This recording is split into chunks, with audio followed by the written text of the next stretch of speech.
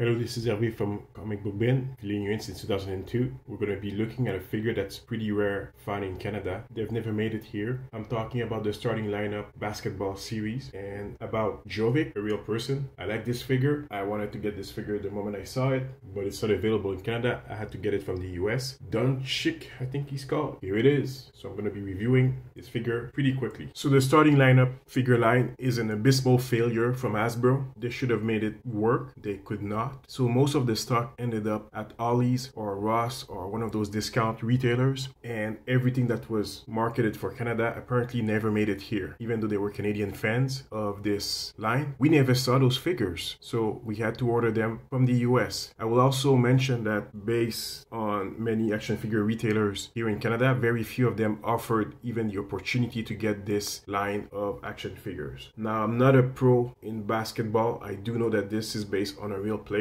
I can't tell you anything. The only thing I can tell you is these are great action figures, and they're great if you want to create customs of other characters, and they also fit with your regular G.I. Joe or even Marvel Legend figures, albeit a bit in a real 6-inch scale, in the sense that they feel a bit smaller, slimmer, but that's because they're based on real people. One of the main issue of this line was that, well, Hasbro licensed the socks, the likeness, the team, and even the shoes from Nike and every team and the player and so on, which made them cost a bit more, which made them unaffordable for most people, even though there might have been a lot of interest in those figures. In terms of articulation, those figures are great. I believe he has a ball joint in the stomach. He does. They're very good figures if you want to create your custom action figures. In terms of articulation, he's got butterflies. You can raise the arm pretty well. Great articulation. Several hands that you can use with the figure.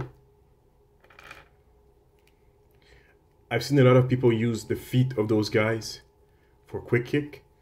I wasn't planning on doing that, but it's a good idea if you can find them. Obviously, if you're Canadian, tough luck. You have to buy it from overseas.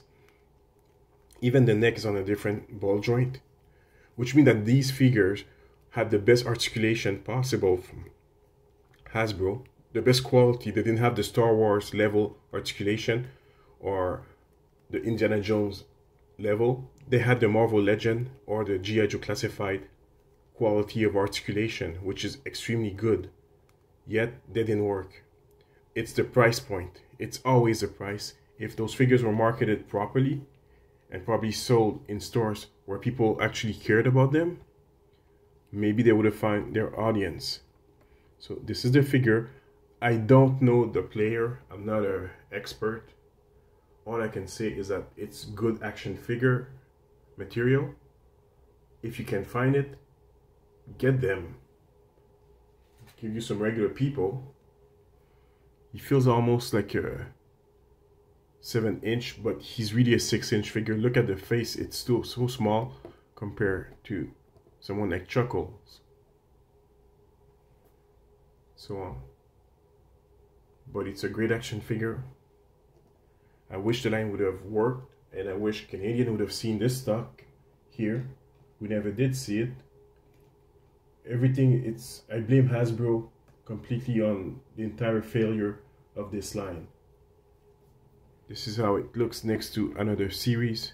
If you look at the Indiana Jones, the difference, they're both real life characters or people based on real people's likeness. Yet this is great articulation and sculpting. The one next door, not as good.